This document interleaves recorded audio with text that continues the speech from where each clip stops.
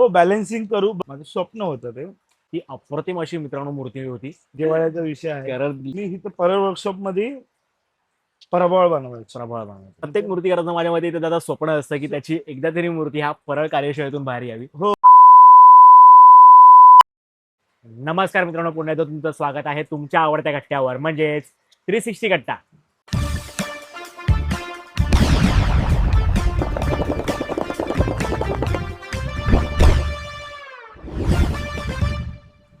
मित्रांनो, पुन्हा एकदा आपण एका नवीन मूर्तिकारासह सोबत आहोत, ज्याचं नाव आहे सुप्रसिद्ध मूर्तिकार सिद्धांत मोहिते. दादा दादा खूप खूप स्वागत आहे तुझं आपल्या कट्ट्यावर. तर दादा मला एकंदरीत तुझ्याबरोबर बोलायचं आहे की तुझी या फील्डमध्ये एकंदरीत सुरुवात कशी काय झाली, ती जशी मूर्तिकला करण्यामागे. मूर्तिकला तर मला लहानपणापासून आवडायची. मी तर पोस्ट गल्लीमध्ये यायचो. हा एक संतोष करून दादा होता, हा त्याच्याकडे जायचो. मी माती वगैरे मळून द्यायचो, गणपती दाबायचो. म्हणजे वयाच्या एक 10-12 वर्षापासून चालू केलेलं मी ते. क्या बात. आणि धरती गल्लीमधनं मी स्केटिंगवर यायचो तिथे अच्छा, गणपती बनवायला. क्या बात आहे, क्या बात पण आहे, तिथं माती जास्त दाबून घ्यायची माझ्याकडून आणि मळून घ्यायचे तिथून. क्या बात आहे, क्या बात आहे. त्यासोबतच दादा आता आपल्याकडे मुंबईचा इच्छापूर्ती हो जो तू लास्ट इयर बनवलेलास, खूप युनिक मूर्ती होती त्यावेळी, हो की गुढी उभारलेली होती हो हो हातामध्ये. हो. तर ती संकल्पना एकंदरीत कशी काय आली होती, मला ते ऐकायला आवडेल. संकल्पना ती मंडळाची होती. क्या बात. हो. मग मंडळाशी माझी मीटिंग झाली. आम्ही एक 2 महिने त्या स्केचवरती चर्चा करत होतो की असं नाही, तसं करूया, तसं करूया, असं करूया. मग त्यांचा हाईटचा पण इश्यू होता. मग ती गुढी कशी उभारणार वरती वगैरे. त्यांना गुढी मग मी ऍडजस्टेबल करून दिली, वर खाली करून दिली. आणि अच्छा, तो बरोबर मला 21 फुटाच्या आतमध्ये बसवायचा होता. चाललेला उंचच गणपती, हा पण तो जरा डोकं लावून त्याला कमी केला, गुढी ऍडजस्टेबल केली. असं सगळं प्लॅन होता पूर्ण. 2 महिने त्याच्यावरती काम चाललं होतं त्या गणपतीवर. क्या बात आहे, क्या बात आहे. आणि त्या ती अप्रतिम अशी मित्रांनो मूर्ती होती. आणि त्याशिवाय ह्या वर्षी हो. आपण काय घेऊन येतो त्या मुंबईच्या इच्छापूर्तीला. ह्या वर्षी आता बघितलात ना तुम्ही सगळ्यांनी sketch? सगळ्यांनी तर बघितलात. Yes yes. शिमगा आहे. जसं देवाच्या घरी इथं मुंबईमध्ये आपण जातो मंदिरात, गावी देव येतो. देव येतो. ह्या वर्षी खरंच सांगतो, मुंबईकरांना एवढा आनंद होतोय मला बोलताना. यावर्षी खरोखर देव येणार आहे तुम्हाला भेटायला, ते पण मुंबईमध्ये क्या बात आहे, क्या बात पालखी घेऊन नाचवताना. क्या बात आहे. आणि शिवाय मला यामध्ये काही कुठेतरी बॅलन्सिंग जॉब दादा दिसतोय तुझा. हो, बॅलन्सिंग करू, बघू, प्रयत्न करू आणि यशस्वी होणार. वा. करू प्रयत्न. आणि त्याशिवाय तुझा जिव्हाळ्याचा विषय म्हणजे मला असं वाटतं की पाईपलाईनचा महाराजा. हो, ते तर आहेच, जिव्हाळ्याचा विषय आहे. कारण लास्ट इयर ती सुद्धा एक अप्रतिम अशी मूर्ती दादा ठरलेली होती. हो त्यावेळी हो. ती गणसंकुलन मधून निघाली. हो. खरंच अंगावर काटा आणणारा तो क्षण होता. आणि ह्या वर्षी त्यांचा काय एक वेगळं पण नवीन काय पाहायला मिळणार आहे का. हो, यावर्षी त्यांचं पण खूप नवीन कॉन्सेप्ट आहे आणि यंदा त्यांना 25चं वर्ष आहे. अरे वा वा. तर त्यांचा टफ जॉब आहे ह्या वर्षी.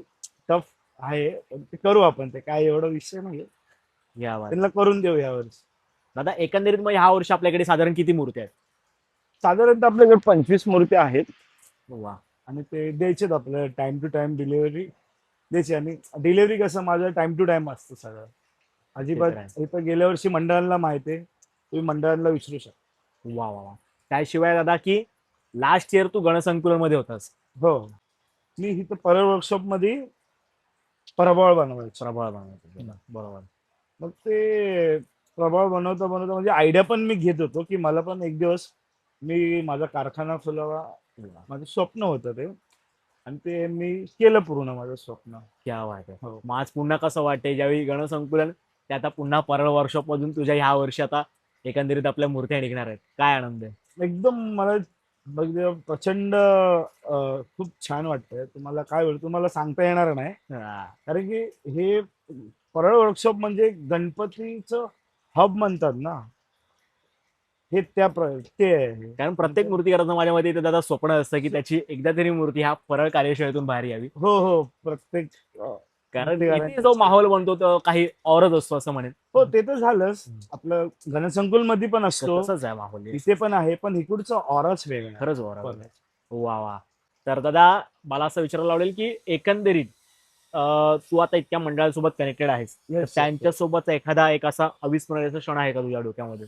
हो आहे ना. जेव्हा भारत माताच्या इथून पाईपलाईनचा महाराज असा टर्न झाला आणि ह्या गेटला, मेन गेटला, घनसंकुलचा जो पब्लिक उभा होता ना, तो असा फिरला ना, त्या पब्लिक, तो पाईपलाईनचा महाराज असा टर्न होऊन झाला ना, कसं बोलणार सुम्या, तिथं पब्लिक उभं होतं ना सगळं, हा आणि ते लाईव्ह बघत होतो मी. हा हा भारत माता असा टर्न झाला ना, हा तो घनसंकुलचा मेन गेट आहे, हा लोखंडी. हम्म. तिथून जे पब्लिकने बघितलं ना, आणि जो असा टर्न झाला ना, तो लिटरली माझ्या अंगावरती शहारे आले. आणि हे एवढं पब्लिक आवाज करत होतं ना क्या त्या गणपतीला बघून. ऍक्च्युली कर्वच आहे ना टर्न मारायचा. बरोबर तो बरोबर. असा टर्न झालेला ना तो गणपती.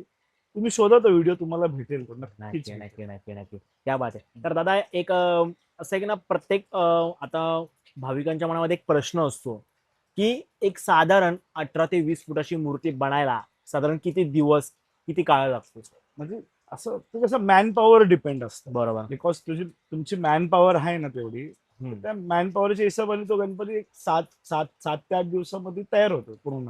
क्या बात आहे. पेंटिंग वगैरे करून, कास्टिंग वगैरे करून 7 ते 8 दिवसामध्ये तयार होतो. वा वा, क्या बात आहे. दादा एक शेवटच्या प्रश्नाकडे तो जास्त वेळ तुला घेत नाही, कारण तुम्हाला माहिती आहे तू कामाच्या गडबडीत आहेस, हो. त्यातून तुम्हाला वेळ देतोस त्यासाठी खरंच खूप धन्यवाद आहे. की पुढील 5 वर्षानंतर अग्नी मोहिते आर्ट स्टुडिओ कुठे पाहतोयस? नाही, ते तर सगळं मनात आहे.